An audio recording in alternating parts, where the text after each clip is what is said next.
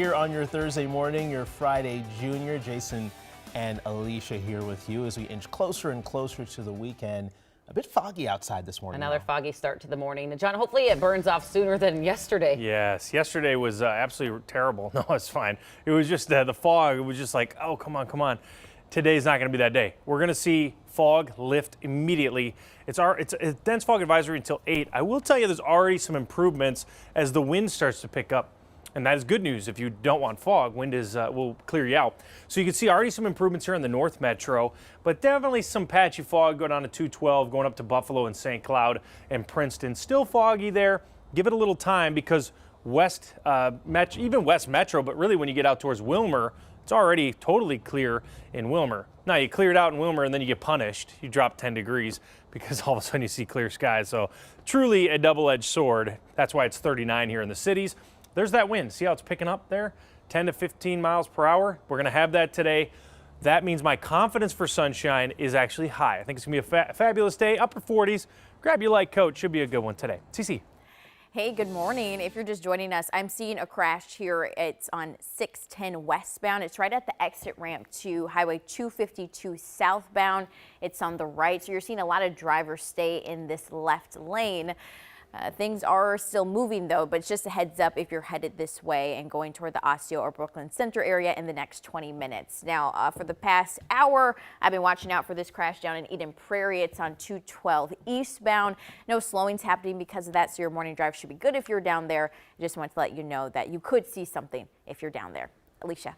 Cece, thank you. To our top story here at 6 a.m. rather. Jury deliberations in the murder trial of Adam Fravel will pick back up in just 3 hours. A verdict could come shortly after. Fravel is accused of killing the mother of his children, Maddie Kingsbury, last year and dumping her body. Michelle Beck is in the newsroom with the latest on the case. Michelle. Well, this morning, members of the jury are waking up at a hotel near the courthouse in hopes that today they'll reach a verdict they couldn't reach yesterday.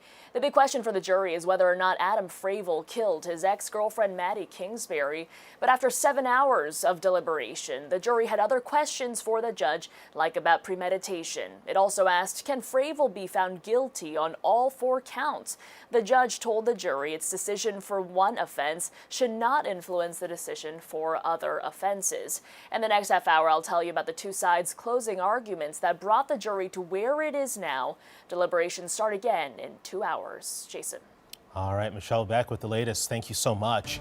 A historic presidential election is now in the books. Vice President Kamala Harris conceding the race to President-elect Donald Trump in the last 15 hours. In just a few hours, we're going to hear from President Biden as his administration gets ready to carry out a peaceful transfer of power. Our Audrey Russo is live from St. Paul with more on Harris's message to her supporters and what comes next for her and Governor Walz. Good morning, Audrey. Good morning, Jason and Alicia. Let's start with Governor Walz back at the governor's residence here in St. Paul. I'm going to step out of the way so you guys can see the road is blocked off and you can actually see there are some lights on at the property. Now, this all as Governor Walz is returning to his old job after describing the last 3 months on the campaign trail as, quote, the honor and the privilege of his life. Now, in the last 8 hours, he posted this message on social media thanking Vice President Harris for picking him as her running mate. Now, Harris broke her silence about 15 hours ago, conceding the race to President-elect Donald Trump. In her concession speech, she spoke for about 15 minutes about the importance of accepting the results of the election. She also vowed to continue pushing for reproductive rights and other issues that fueled her campaign. I do not concede the fight that fueled this campaign. The fight for freedom, for opportunity, for fairness, and the dignity of all people. Now, when it comes to Vice President Harris and her communication with President-elect Donald Trump, we know that she did reach out to him directly yesterday. As for President-elect Trump, we have not heard from him since his early morning victory speech on Wednesday.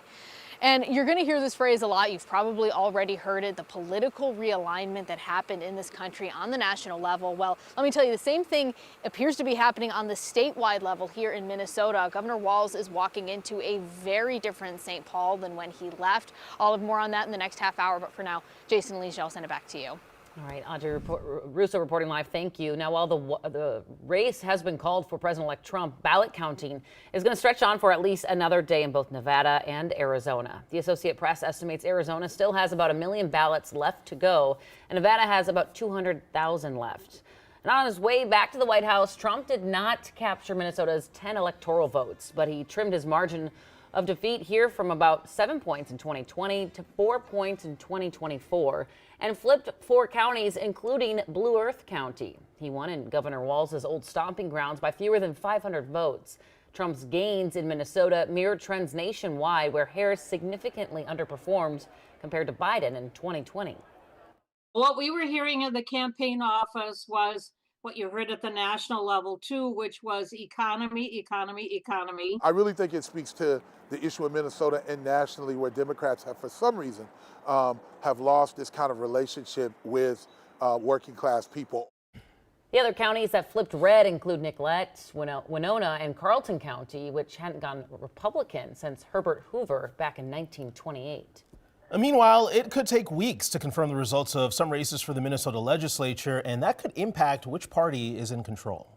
I'm Jennifer Hoff. 2 Democrats won re-election to the Minnesota House, but the margins are so thin that it now triggers automatic recounts. But still, Republicans flipped enough seats that chamber is now tied, something that hasn't happened since 1979. It also breaks up the DFL trifecta in place for 2 years, shifting that balance of power. The Senate was also tied, but it managed to hang on to control after Democrat Ann Johnson Stewart won the only seat that was on Tuesday's ballot. Lawmakers now tasked with figuring out how to share the power before the next session starts in mid-January. Well, to our neighbors in Wisconsin, and it looks like the Senate race there could be headed for a recount. Democratic incumbent Senator Tammy Baldwin narrowly defeated Republican challenger Eric Hovde, the AP declaring her the winner by just 0.9%. But Hovde has not formally conceded yet. Baldwin's win is just within the 1% threshold, so Hovde can request a recount, but his campaign would have to pay for it. If you want more results and analysis, you can find our complete election coverage anytime on KARE11.com. Developing right now, a 10-year-old girl is in the hospital this morning after being hit by a car in Minneapolis. Now, the police are searching for the driver. It happened a little before 6 last night at Lowry and Sheridan Avenues North. Police say the girl was running across the road when a gray SUV hit her and did not stop. She was taken to the hospital and is expected to be okay. Police say no one has been arrested. Well, tonight, the Hamlin Midway Coalition is holding another community meeting addressing concerns of the Kimball Court apartment complex on Snelling Avenue. This serves as transitional housing for people unhoused or working on their sobriety. This is part of an ongoing series of conversations to address rising crime and drug use in the area.